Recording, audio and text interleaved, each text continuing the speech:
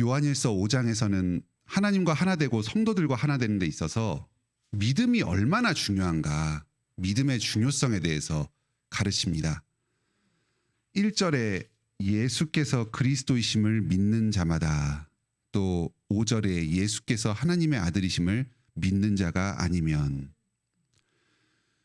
우리는 2000년 전에 지구 반대편 갈릴리 지방에서 하나님의 아들께서 한 사람으로 태어나셔서 그분이 우리의 죄를 대신 용서하여 주셨다는 것을 믿습니다. 그분은 완전한 하나님이자 완전한 사람으로 이 땅에 오셔서 이 땅에서 우리가 이루어야 할 모든 의의를 다 이루시고, 하지만 죄 없으신 분께서 우리 죄를 대신해서 십자가에 못 박혀 죽으셨습니다. 이 단순하지만 우리의 상식을 뛰어넘는 이 복음 진리를 믿는 사람이 바로 하나님께로부터 난 자이고 하나님을 사랑하고 형제를 사랑하는 자입니다. 믿음이 모든 율법에 순종하는 출발점이 됩니다. 그런데 이 믿음을 적대하는 세력이 이 세상에 존재합니다. 첫째는 세상입니다. 세상이 예수님을 부인합니다. 하나님은 없고 예수님도 없고 죄도 없고 아무 심판도 안 받고 지금 우리는 이 상태로 아무 문제 없이 살아가도 되고 그냥 이 사회는 영원히 이렇게 흘러갈 것이다 합니다. 우리의 죄와 비참을 보지 못하도록 우리 눈을 가리고 세상의 쾌락과 안정에 젖어서 그냥 살던 대로 살아가게 하는 것. 이 세상 너머에 있는 영적 진실은 보지 못하도록 하는 것. 단지 우리 눈에 지금 보이는 육신의 정욕과 안목의 정욕과 이생의 자랑을 따라서 살아가도록 만듭니다. 이 세상과 공중 건세 잡은 자들이 이런 일을 우리 주변에서 벌이고 있습니다. 둘째로 방해하는 자들은 거짓 선지자들입니다. 이들은 신학적으로 교묘하게 그 복음을 변개시켜서 우리가 예수 그리스도를 바라보지 못하도록 만듭니다. 그리스도께서 육신의 몸을 입고 이 땅에 오셔서 우리의 죄를 대신 담당해서 실제로 십자가에서 죽으시고 부활하셨다. 이것이 아니라고 합니다. 그리고 논리적으로 이성적으로 말이 되게끔 교리를 설명합니다. 우리가 복음을 들어야 믿음을 갖게 되는데 이 거짓 선지자들의 문제점은 복음 자체를 변질시켜 버리니까 우리가 참된 복음을 듣고 믿을 기회를 없애버리는 것입니다. 오늘 16절에 사망에 이르는 죄가 바로 이것입니다. 거짓 선지자들의 복음을 왜곡시키는 것입니다.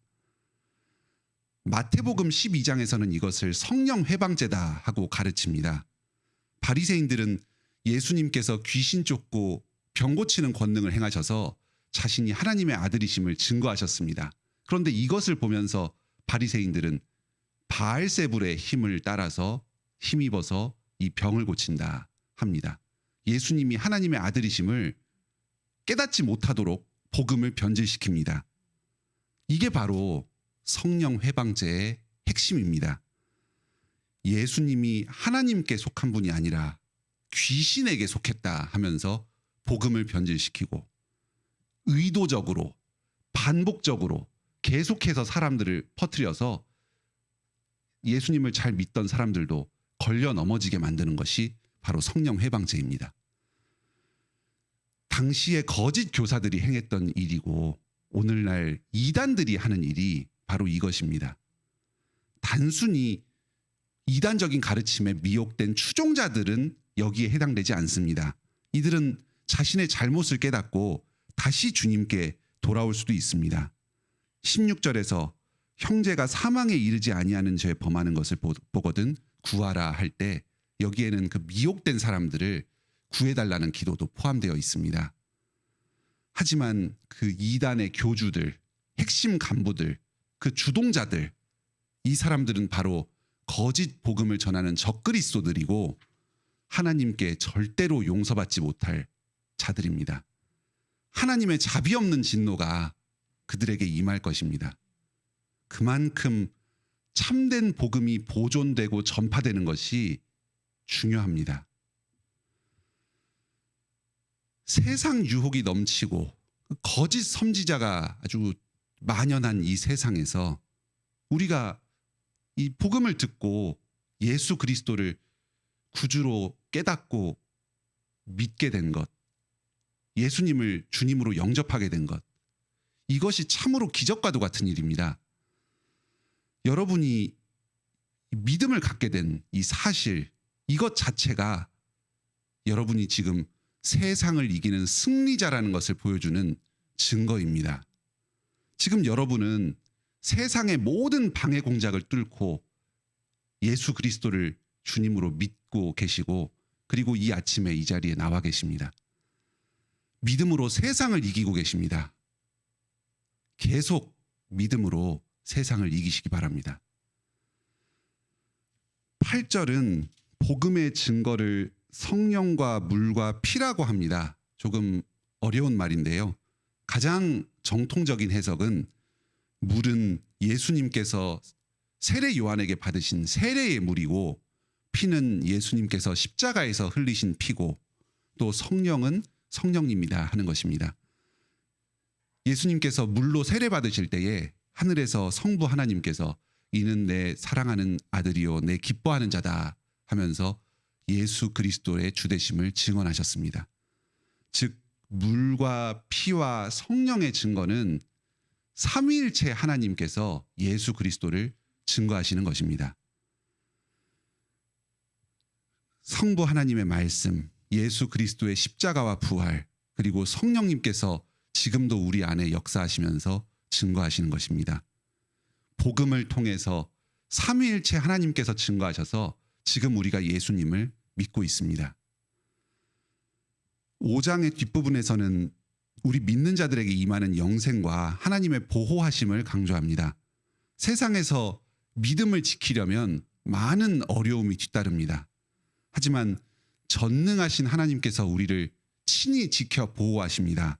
하나님의 뜻이 아니면 악한 자가 우리의 머리털 하나도 건드릴 수가 없습니다.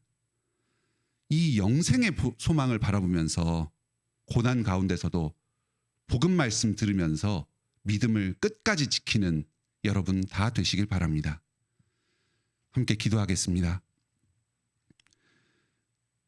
하늘에 계신 우리 아버지, 오늘 이 아침에도 저희에게 예수 그리스도의 십자가의 복음을 다시금 들려주시며 이 세상 가운데 힘들게 믿음의 삶을 살아가는 우리 성도들을 위로하여 주시니 감사드립니다. 주님께서 하나님 아버지의 증언과 예수 그리스도의 십자가와 부활의 복음과 또 성령님의 증거하심으로 말미암아서 복음 말씀을 듣고 예수님을 알고 믿는 지식을 저희에게 허락하여 주셨습니다. 이 저희에게 주신 믿음을 이 세상과 거짓 선지자들은 계속해서 방해하고 없애버리려고 합니다. 하지만 저희의 믿음이 이 세상을 이깁니다. 하늘에 계신 하나님과 예수 그리스도께서 이 세상을 이기고 계십니다. 저희에게 이 전해주신 복음 계속해서 참되게 간직하고 보존하고 전파하여서 저희의 믿음이 계속해서 더하게 하여 주시옵소서. 또 이 세상에서 아직 주님을 알지 못하고 미혹되어서 이 세상 욕망을 향해서 따라가는 하나님의 백성들, 또 거짓 선지자들의 미혹된 하나님의 백성들을 불러 모아 주시옵소서. 다시금 자기 죄를 회개하고 주님께 돌아와서 복된 삶을 살 수 있도록 인도하여 주시옵소서. 저희의 자녀들 아직 하나님께 세례를 받았지만 제대로 믿지 못하고 자기의 신앙을 고백하는 자녀들이 있습니다. 이 자녀들이 이 세상의 미혹됨, 또 거짓 선지자들의 거짓된 복음 가운데에서 주님을 믿는 것이 기적과도 같은 일입니다. 성령님께서 역사하시고 증거하여 주셔야지만 이 일이 가능하겠습니다. 주님께서 저희 가정에 은혜 베풀어 주셔서 복음이 풍성하게 전파되게 하여 주시고, 그 복음을 듣고 우리의 자녀들, 아직까지 불신하는 우리 가족들 믿게 하여 주시옵소서. 믿음을 일으켜 주시옵소서. 영생을 허락하여 주시옵소서. 오늘도 기도하러 나오신 우리 성도들 여러 기도 제목들 예수 그리스도의 십자가 보혈을 통해서 답을 얻게 하여 주시고 믿음을 지켜주시고 영생을 누리게 하여 주시옵소서. 예수님의 이름으로 기도드립니다. 아멘. 은혜로운 기도 시간 되시기 바랍니다.